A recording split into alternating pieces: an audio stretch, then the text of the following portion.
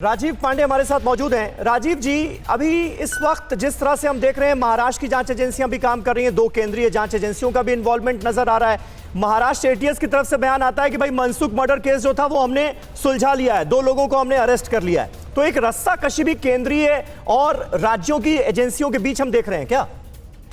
देखिए, मेरे हिसाब से ये देश हित में नहीं है कि दो एजेंसियां एक दूसरे के काम में दखल दे। हाँ। देखिए, अभी एटीएस का कहना है कि हमने 2 लोगों को अरेस्ट किया है और इस मर्डर को इसको हमने सॉल्व किया है, लेकिन ये जो केस है ना, बहुत बड़ा केस है। देखिए, मनसुख हिरेन का जो केस है, उसकी जो मृत्यु है, उसका जो किलिंग है, हाँ। वो destruction of evidence in terror case है, तो वो एनआईए के दायरे में आएगा। और एनआईए इस केस के बाद भी उसकी जांच करेगी कि क्या मनसुख हिरेन की जो हत्या है वो डिस्ट्रक्शन ऑफ एविडेंस के लिए था, जो टेरर केस में, क्योंकि उसकी गाड़ी वहां लगी हुई थी। और जिस प्रकार से अभी आपके जितेंद्र शर्मा जी ने बताया कि जिस प्रकार से एनआईए जांच कर रही है कि और भी पुलिस वाले आ सकते हैं, जो पॉलिटिशियंस से उनके कनेक्ट है वो आ सकते हैं, तो देखिए, इसमें मुझे नहीं लग रहा है, चाहे वो एटीएस हो, एनआईए हो, एजेंसी को तो इस केस, अब ये केस बहुत बड़ा हो चुका है और जो लोग भी इसके पीछे हैं, इस केस में 3-4 प्रकार के जो केस है, उसमें जो लोग भी पीछे हैं उनके खिलाफ कार्रवाई होगी। जहां तक आप ईडी की बात कर रहे हैं, तो ईडी का केस का जो इन्वेस्टिगेशन होगा सचिन वजह से, और जब उनके पैसे की हेरा फेरी लेन देन की बात होगी, हाँ। तो उन्होंने जिनके साथ भी उनका मनी ट्रेल है, जो आरोप लगा है, उस तरफ जरूर जाएंगे। और बार बार जो तापसे जी कह रहे हैं कि एक लेटर है, एलिगेशन है, देखिए, लॉ में 2 प्रकार का एलिगेशन होता है, एक होता है बाल्ड एलिगेशन और एक होता है एलिगेशन विद सब्सटेंस। ये बाल्ड एलिगेशन नहीं है। परमवीर सिंह ने लिख करके दिया कि इतने तारीख को मैंने ये किया, मेरा एक एसएमएस चैट है, मेरा व्हाट्सएप चैट है, फिर मैं इससे मिला, तो ये पूरी शुरू से लेकर के अंत तक की वो कहानी बताते रहे हैं, इसलिए बाल्ड एलिगेशन नहीं, और इसमें इन्वेस्टिगेशन की जरूरत है। लास्ट में एक बार कहना चाहता हूं, तापसे जी आपके सवाल का जवाब नहीं देते हैं कि अगर वो होम मिनिस्टर बने रहेंगे तो उनकी जांच महाराष्ट्र की कोई एजेंसी नहीं कर सकती है। तो मुझे लगता है कि आज एनसीपी खुद कहेगी कि इसकी जांच सीबीआई से होनी चाहिए या कोर्ट मॉनिटर्ड इन्वेस्टिगेशन होना चाहिए। आपको सही में लगता है ऐसा? मैं उनको कहना चाहिए। गृह मंत्री को कोई एपीआई, कोई आईओ तो नहीं बुला सकता इस केस में। एक आईओ गृह मंत्री को कैसे बुलाएगा? तापसे जी एक और मौका दे रहा हूं आपको, इसका जवाब दे दीजिए, बड़ा मौजूद सवाल है।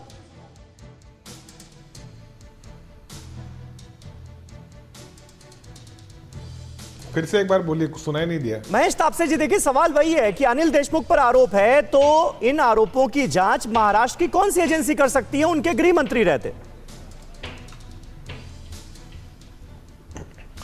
देखिए, जांच कौन सी एजेंसी करेगी, केंद्र की करेगी, ईडी करेगी, एनआईए करेगी, या दूसरी कौन सी एजेंसी करेगी, इसके ऊपर कोई निर्णय अभी तक नहीं हुआ, ना केंद्र सरकार की तरफ से या राज्य सरकार की तरफ से। मैं आपके चैनल से हिंदुस्तान के सभी देशवासियों को एक चीज़ के बारे में आश्वस्त करना चाहूँगा कि निष्पक्ष रूप से जांच होगी।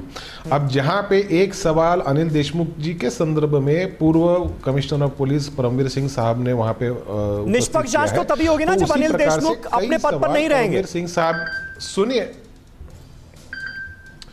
उसी प्रकार से कई सवाल परमवीर सिंह साहब के ऊपर भी उपस्थित किए गए। एक जो गांव देवी पुलिस के सीनियर पीआई थे उनके संदर्भ में, और आज एक लोकमत में बड़ी न्यूज भी आई है उसके संदर्भ में। अच्छा, ठीक है, आप बात को घुमा रहे। राम कदम जी देखिए, एक सवाल शिवसेना की तरफ से जो पूछा जा रहा है, सामना में भी जिन बातों का जिक्र किया गया, एक मिनट तापसे साहब, राम कदम जी, वो ये कहा जा रहा है कि देखिए भाई, ऐसा क्यों होता है कि देवेंद्र फडणवीस दिल्ली आते हैं, उनकी मुलाकात होती है बीजेपी के आला लीडरान से, और उसके बाद फिर परमवीर सिंह की ये चिट्ठी सामने आती है, जरूर कोई साजिश है सरकार को गिराने की।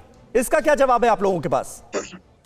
वाजे के गाड़ी में कैश गिनने की मशीन मिली, क्या उसमें भी भाजपा का हाथ है?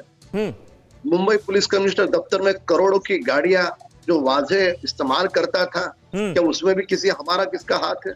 कोई भी बात को कहीं से भी जोड़ करके ये महाराष्ट्र की तीनों दलों की सरकार वाजे का समर्थन कर रही है। सूरज की रोशनी की तरह सारी बातें स्पष्ट हो चुकी है। वाजे, वह गाड़ी जो विस्फोटक रखी थी, वाजे के खुद के पास 4 महीने से थी। विस्फोटक ये स्वयं रखने में था, उन लोगों को बचाने के लिए इनोवा स्वयं लेकर के गया। वह गाड़ी पुलिस दफ्तर में बाद में एनआईए को मिली। ये सारे बिंदु क्या दर्शाते हैं? एक साधारण पुलिस अफसर जिसका डायरेक्ट महाराष्ट्र के मुख्यमंत्री गृह मंत्री से संबंध है, उसके बाद भी ये कहेंगे कि ठीक है जांच होगी। अब तुम पदों पर बैठोगे, कैसी जांच होगी? ये तो सवाल है ही। और देखिए इसी सवाल पर बड़ी खबर हमारे पास ये आ रही है, सभी अपने मेहमानों को भी बता दें कि अनिल देशमुख के मुद्दे पर एनसीपी में दो फाड़ हो गए हैं।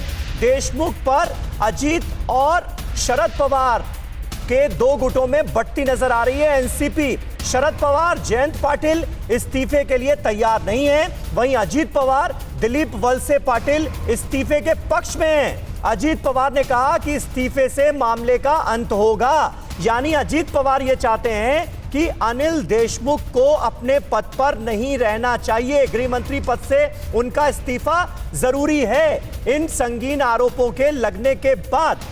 तो अब कहीं ना कहीं देखिए एनसीपी भी दो फाड़ में बंटती हुई नजर आ रही है। शिवांगी, एक छोटा सा रिएक्शन इस पर मैं आपका चाहूंगा, क्योंकि अजित पवार कल से कुछ खुश नजर नहीं आ रहे हैं शरद पवार की प्रेस कॉन्फ्रेंस के बाद, जिसमें यह कहा गया जयंत पाटिल की तरफ से कि इस्तीफे का तो सवाल ही नहीं होता। अब यह खबर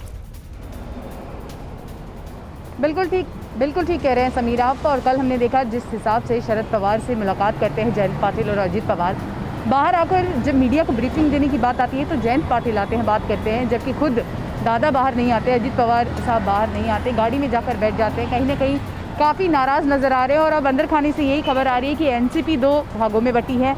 एक तरफ पवार साहब चाहते हैं कि अनिल देशमुख फिलहाल इस्तीफा ना दे इस मसले पर, वहीं दूसरी ओर अजीत पवार ने कहा है कि वो इस्तीफा दे देते हैं तो इस सारे मामले पर एक एंड लगेगा, ये पूरा मसला जो है वो कहीं ना कहीं खत्म हो जाएगा, रुक जाएगा, चर्चा होनी बंद हो जाएगी। आने वाले वक्त में क्या होता है इस पर हमारी नजर रहेगी। न्यूज़ टॉप 9 रोज सुबह 7 बजे और शाम 7 बजे सिर्फ TV9 भारतवर्ष पर।